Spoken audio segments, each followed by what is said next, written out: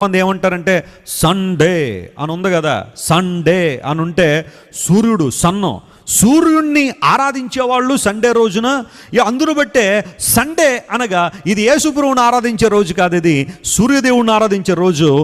క్రైస్తవ్యంలోకి అబద్ధాలు తీసుకొచ్చారని కొంతమంది అంటూ ఉంటే, మరి సాటర్డే అంటే మరి ఏ రోజునైనది? శనివారం అంటే మరి అది కూడా ఒక గ్రహానికి సంబంధించిందే కదా. శని గ్రహం, శాటర్న్ అనే గ్రహం నుంచి సాటర్డే అనే పదం వచ్చింది. మూన్ డే, మండే అనే పదం వచ్చింది.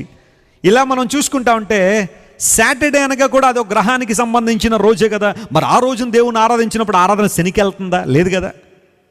సండే అంటే సన్ ఉంది కాబట్టి సూర్యుని ఆరాధించే రోజును పట్టుకొచ్చి యేసుప్రభువుని ఆరాధించే రోజు అని కొంతమంది వాదిస్తూ ఉంటే, of course my Jesus is the son of righteousness. ఆయన నా దేవుడు, నీతి సూర్యుడు. హల్లెలూయా. సంఘపు ఆరాధనలు అప్పుడే ప్రారంభించు.